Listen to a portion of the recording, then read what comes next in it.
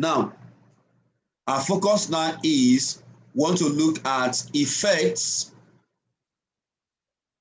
of change in temperature, effect of change in temperature on equilibrium.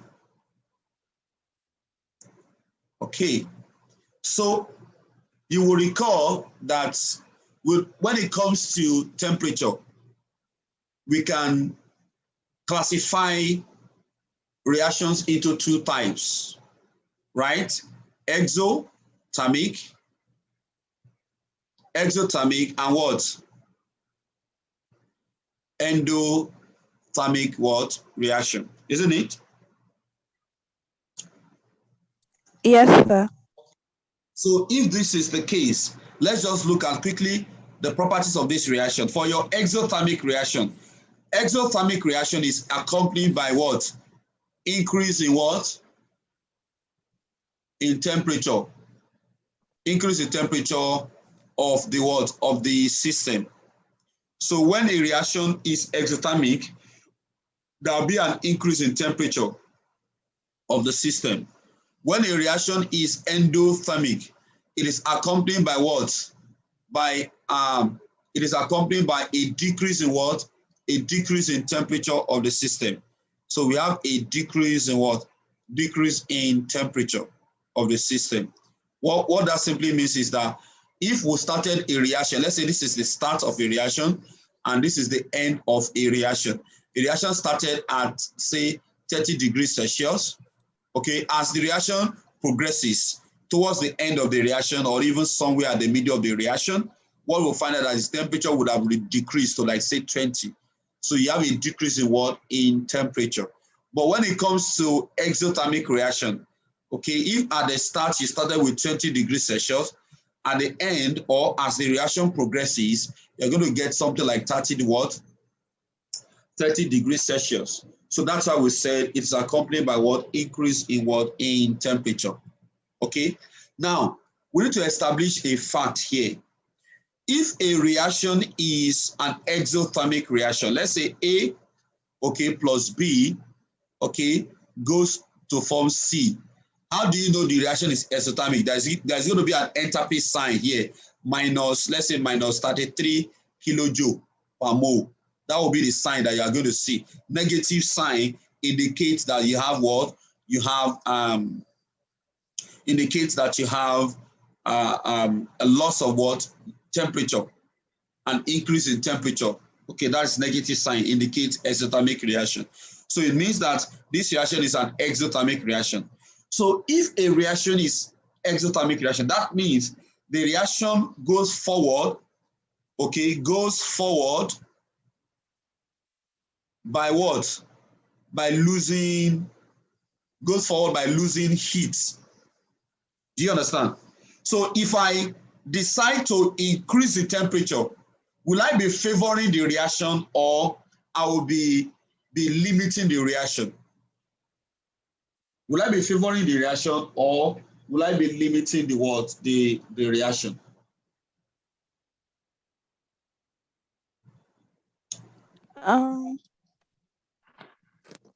If the reaction goes forward by losing heat energy, that means the loss of heat energy favors the reaction. Okay, so if I now decide to increase the temperature of the system, that means I decide to what? To apply more heat energy to it. Will I be encouraging the reaction or will I be discouraging the reaction? So I think you will be encouraging the action. The reaction. Okay, let me use this scenario. Let's assume that in summer you are feeling, this is you. Okay, so let me give you a canvas. So let's assume that you are feeling hot, okay, in summer, and then somebody decide to give you a cardigan, a sweater to wear. Will the person be encouraging you or discouraging you? So discouraging. Okay, yeah, the person will what? Will discourage you. because in summer you are hot. What you want is that you want to lose what? Heat energy from your body. You want to lose heat energy. So you go outside, maybe to get fresh air, you are losing heat energy. Then somebody comes to work to give you a sweater, the person will discourage you. If a reaction goes forward, that means the reaction is moving forward by the loss of heat energy. We can favor the reaction by encouraging the loss of heat energy, not by giving it more heat energy. Are you getting the comparison? Okay. Yeah. So exothermic reaction, okay, proceeds by what? The loss of heat energy. So you don't give it more heat energy. So if you increase the temperature, that means you are heating the system up. You are discouraging the reaction because the reaction wants to lose heat energy. Now you are heating it up the more. Somebody that is hot, you now place the person in an oven. It means you are discouraging the person. So someone that is hot, you put the person in an AC room because AC, okay, is what? It's reducing the temperature, isn't it? So the person will be okay. But if you place this person in an oven, no. So for an exothermic reaction, if you increase the temperature of the system, you are discouraging the forward reaction. You are discouraging the exothermic reaction. Okay, so therefore, for exothermic reaction, exothermic reaction, okay, exothermic reaction is favored by what? Is favored by what? A decrease in what? A decrease in temperature. Temperature, yeah.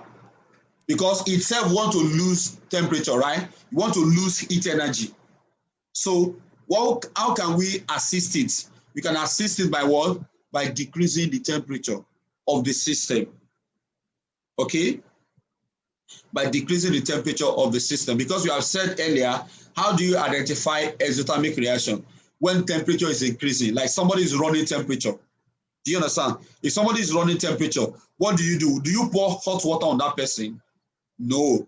You bring in cold towel, right? For that person, cold towel to that person.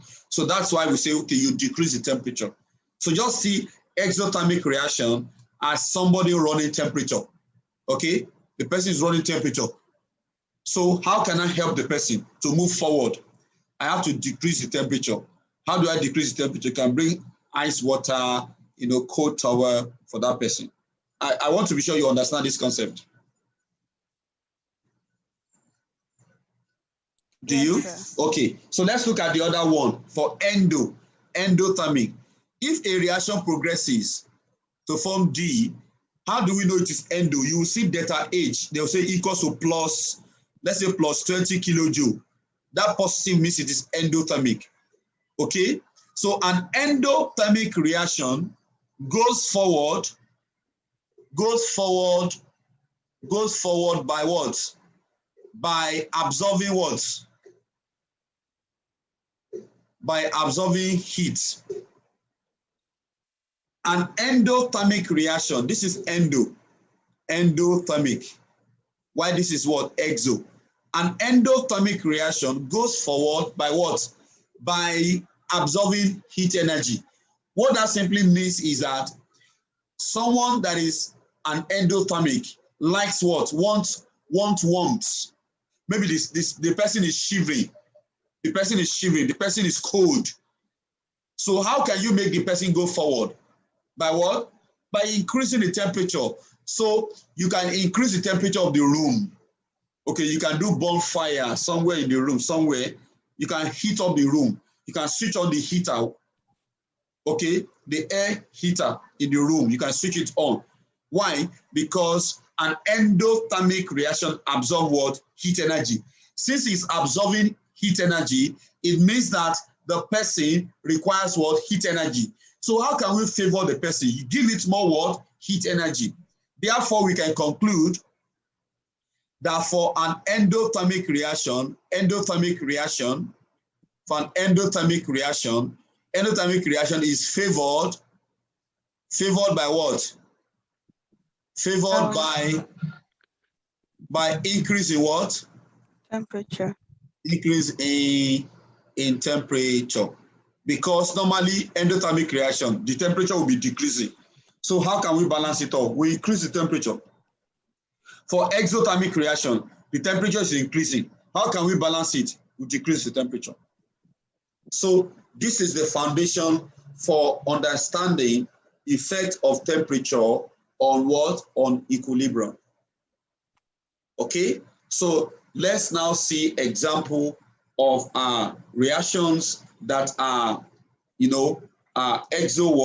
exothermic, and we'll see how we can actually apply the knowledge of equilibrium to this system. So let's look further example.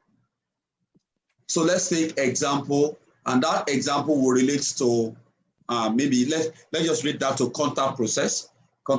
So we'll take them one after the other. But we're just looking at equilibrium generally here. Let's look at a reaction in which you have sulfur dioxide.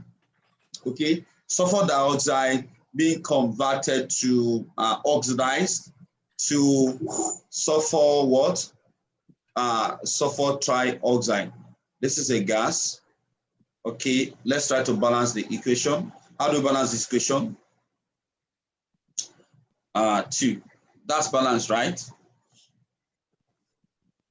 That balance? Check it. Is it balanced? Okay, so now this reaction is an exothermic reaction. So how do I indicate that the reaction is an exothermic reaction?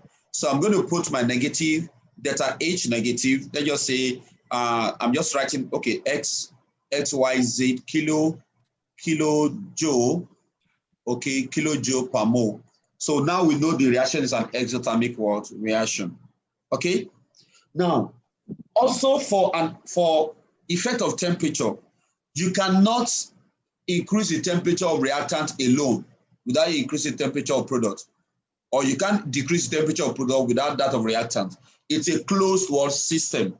It's a closed system. So this is different from concentration. In concentration, why you can do products or reactants separately, because you are dealing with matter. You are increasing the quantity of matter present. But when it comes to pressure and temperature, pressure is not a matter, temperature is not a matter, right? Temperature is just a measure of energy. Heat energy, it's a form of energy. Pressure, it's a form of force on a particular area. Okay, that's why they are different from concentration. So for temperature now, we are seeing here that they put delta H. Now, what do you need to understand here? If they put delta H on this your right hand side, they put delta H on your right hand side. This is your right hand side. What it simply means is that your forward direction, your forward reaction is exothermic. Please note that. What it means that the forward is what? Exo, which is your what? X in this case. While your Y is what? Your Y, which is your backward reaction, is what? Is endothermic. So for a reaction, if the forward is exo, the backward will be what? Endothermic. If the forward is exo, the backward will be what? Endothermic. Very important that you note that. Very, very important that you note that. If the forward is exo, the backward is what? Is endo. Very key that you note that. So for any system that you have to check it. Okay, check the way they wrote it. If usually on the right hand side here, that's where they put your delta H. If it was plus, then that means the forward here is endo, while the backward will be what? Exo. Okay, the forward is exo, while the backward will be what? Will be endo. So now we are dealing with a system in which the forward is exo and the backward is what? Endo. So let's now alter equilibrium. This system is at equilibrium now. So let's change the equilibrium. Let's alter the equilibrium. So I want to increase the temperature. So I increase the temperature of this system. So the next thing is I need to find out what is going to happen to equilibrium? Now I have increased the temperature. So what happens to my equilibrium? Do you want to suggest what happens to equilibrium?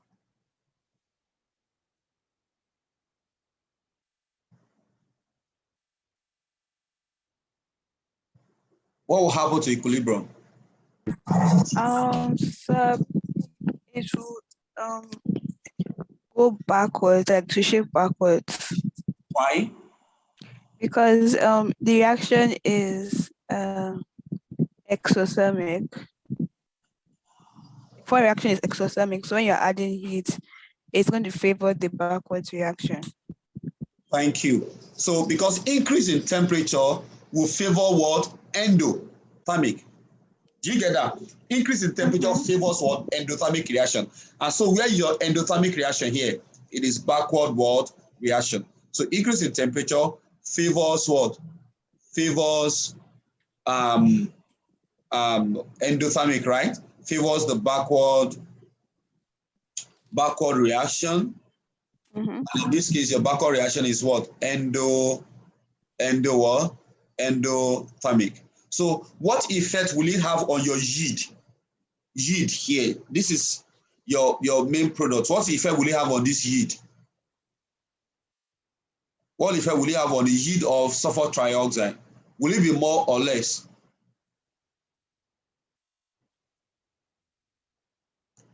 Would you have more sulfur trioxide or less sulfur trioxide? So you have less. Okay, that means there will be a decrease in what?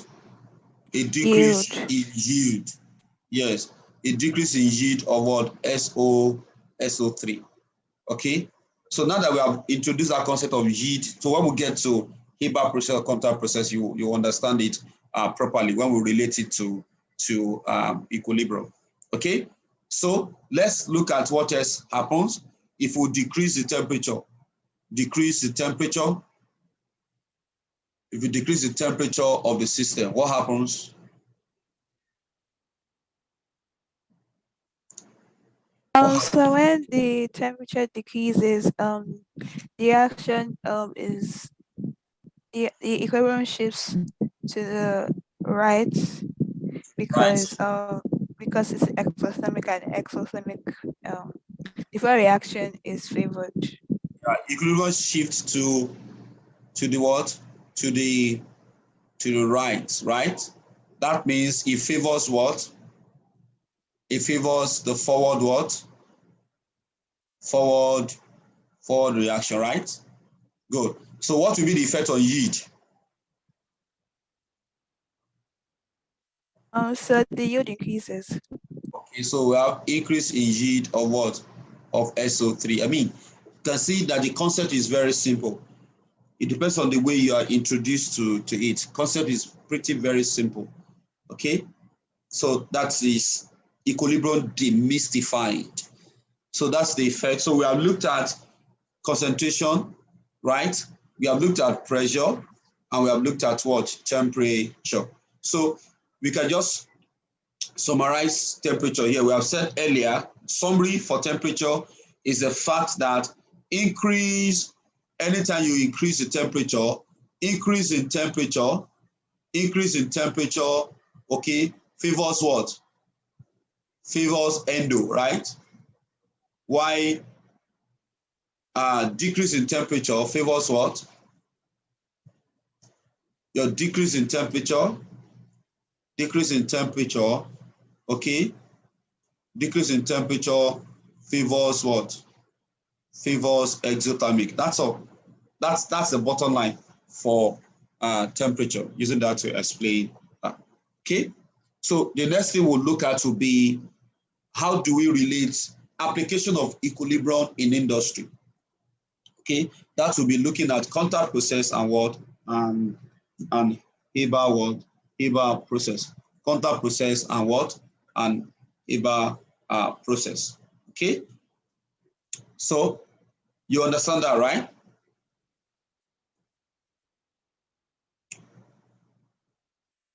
You got this right?